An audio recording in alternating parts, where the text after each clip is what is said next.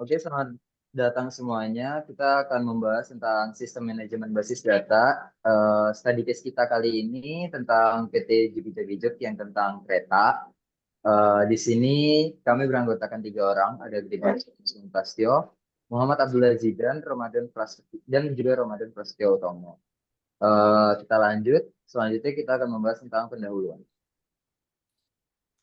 Baik, pendahuluannya itu PT Jugi Jagijuk merupakan perusahaan yang bergerak di bidang perkeretaapian dalam upaya meningkatkan pelayanan dan efektivitas operasional. Mereka ingin membangun sistem manajemen data untuk mengelola seluruh data armada, jadwal, dan transaksi tiket. Sistem ini juga harus mampu menangani harga tiket, fasilitas, hingga alur transaksi pembelian yang efisien dan otomatis. Lanjut. Nah, tujuan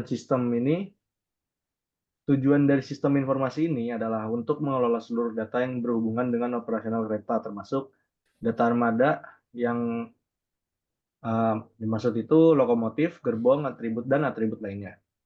Lalu yang kedua ada jadwal keberangkatan dan rute. Ketiga, transaksi tiket dan data penumpang. Keempat, harga tiket berdasarkan kelas, jarak, dan stasiun. Dan yang terakhir, monitoring kursi secara real time. Oke, lanjut. Nah, ruang lingkup sistem. Nah, penjelasan itu fungsi sistem pada aspek data kereta api dan jadwal. Satu, data kereta api ini mencatat informasi kereta, yaitu lokomotif, gerbong, dan kelas. Lalu yang kedua, setiap kereta diidentifikasikan dengan kode, nama, dan jenis kereta. Lalu pengelolaan jadwal keberangkatannya, itu mengatur jadwal keberangkatan dan kedatangan kereta, menyimpan data stasiun asal, stasiun tujuan, waktu berangkat, dan waktu tiba. Dan yang terakhir, jadwal digunakan sebagai acuan transaksi tiket. Oke, lanjut.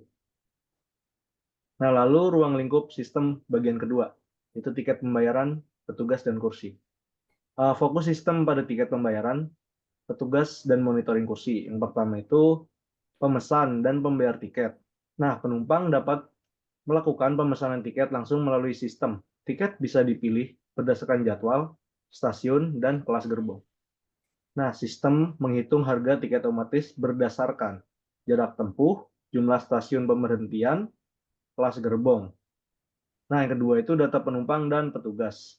Sistem akan menyimpan informasi penumpang yang memesan tiket seperti nama lengkap, NIK, jenis kelamin, tanggal lahir, dan alamat. Selain itu, sistem juga menyimpan data petugas layanan yang bertugas untuk memproses transaksi. Lalu ketersediaan kursi secara real time. Nah, sistem akan menampilkan status kursi di setiap gerbong, apakah itu kosong atau terisi. Hal ini untuk menghindari pemesanan ganda atau double booking dan memberikan pengalaman pengguna yang lancar. Oke, selanjutnya akan dilanjutkan oleh Zidan. Kemudian aturan bisnis dalam sistem basis data PT Jugi Jagiuk. Yang pertama itu struktur kereta. Nah, jadi setiap kereta itu terdaftar dalam sistem terdiri dari satu unit lokomotif dan eh, lebih dari satu unit gerbong. Kemudian lokomotif dan gerbong saling terkait dengan identitas kereta yang sama. Kemudian yang kedua, kategori gerbong dan pengelolaan kursi. Jadi setiap gerbong dikategorikan berdasarkan kelas, yaitu ekonomi, bisnis, eksekutif, ataupun luxury. Kemudian kursi memiliki status, yaitu kosong, berarti belum dipesan oleh penumpang. Kemudian terisi, berarti sudah dipesan dan tidak tersedia untuk penumpang lain. Kemudian sistem secara otomatis mengecek status kursi saat proses pemesanan. Dan yang ketiga itu penjadwalan perjalanan. Jadi setiap perjalanan kereta didaftarkan dalam bentuk jadwal yang mencakup nama kereta, stasiun asal, stasiun tujuan, waktu berangkat, dan waktu tiba. Kemudian satu kereta dapat memiliki lebih dari satu jadwal keberangkatan. Jadi beroperasi di banyak rute atau waktu. Kemudian yang keempat itu proses pemesanan dan transaksi tiket.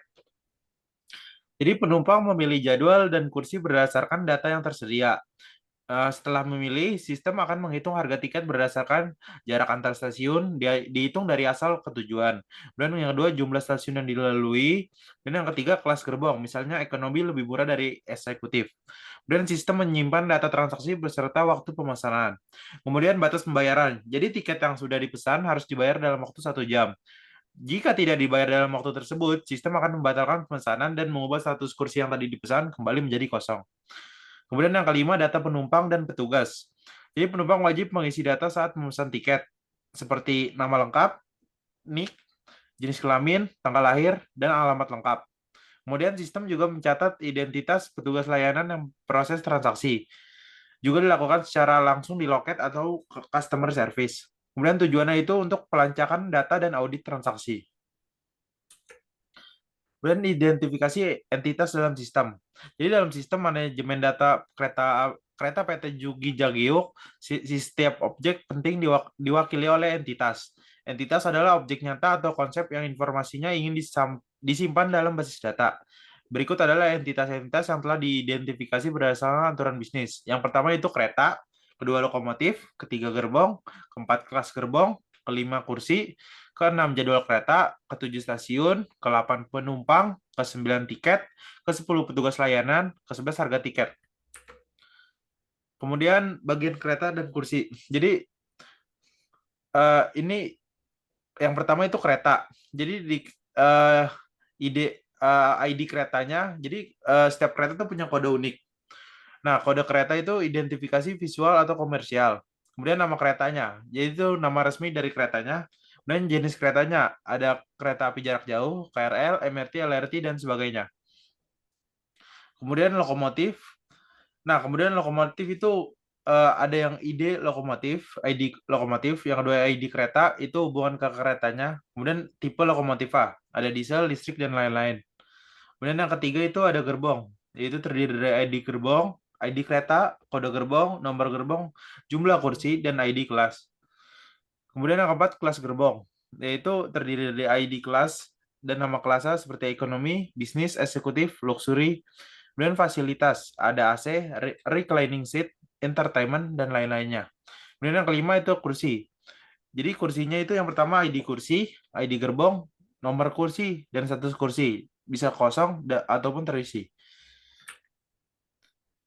Dan selanjutnya jadwal keretanya. Yang pertama itu jadwal kereta yang terdiri dari ID jadwalnya, kereta, ID stasiun asal, ID stasiun tujuan, waktu berangkat, dan waktu tiba.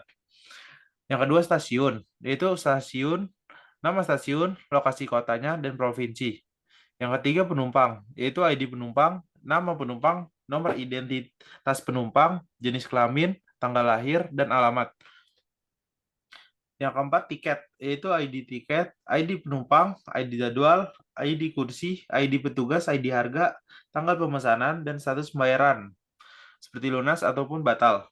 Yang kelima petugas layanan, seperti ID petugas dan nama petugas. Yang keenam harga tiket, terdiri dari ID harga, ID jadwal, ID kelas, dan harganya. Kemudian entitas relasi dalam sistem PT Jugijak. Dalam sistem basis data PT Jugi Jaiguyuk, setiap entitas tidak berdiri sendiri, melainkan saling terhubung melalui relasi. Relasi menggambarkan interaksi logis antar entitas dan menjadi dasar dalam membangun model konseptual dan logika basis data. Yang pertama, kereta dan lokomotif. Jadi setiap kereta harus memiliki satu lokomotif sebagai unit penarik. Jadi satu lokomotif hanya dimiliki oleh satu kereta. Artinya hubungan ini bersifat satu ke satu. Yang kedua, kereta dan gerbong. Satu kereta terdiri satu atau lebih gerbong. Gerbong tidak bisa berdiri sendiri tanpa dikaitkan ke sebuah kereta. Ini adalah relasi satu ke banyak.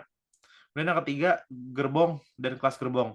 Setiap gerbong pasti memiliki satu kelas, seperti ekonomi, eksekutif, atau luxury. Namun, satu kelas bisa digunakan oleh banyak gerbong. Maka hubungan ini adalah banyak ke satu.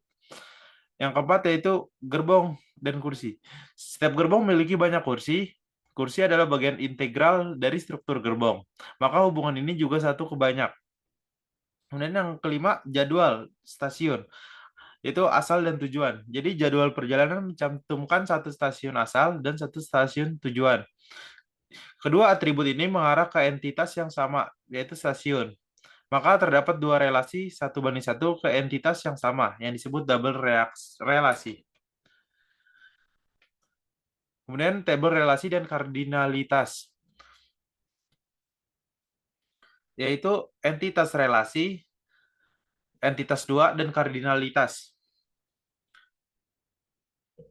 Kemudian yang pertama itu kereta memiliki lokomotif dan kardinalitasnya 1:1.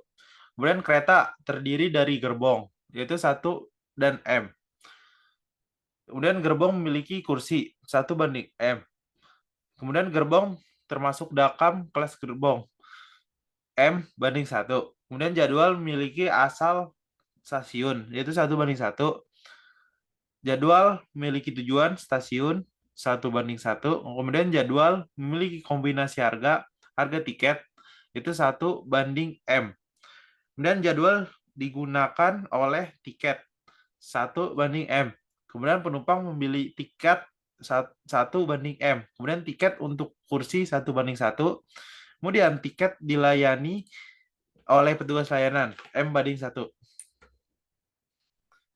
Oke, selanjutnya dibacakan oleh Gong. Oke, selanjutnya kita bakal bahas gambaran secara menyeluruh untuk konseptual data modelnya.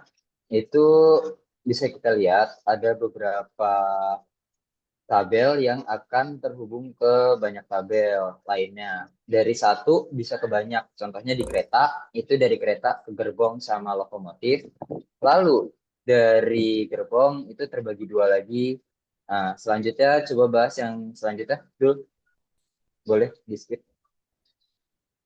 Oke, ini kita bakal bahas LDM-nya.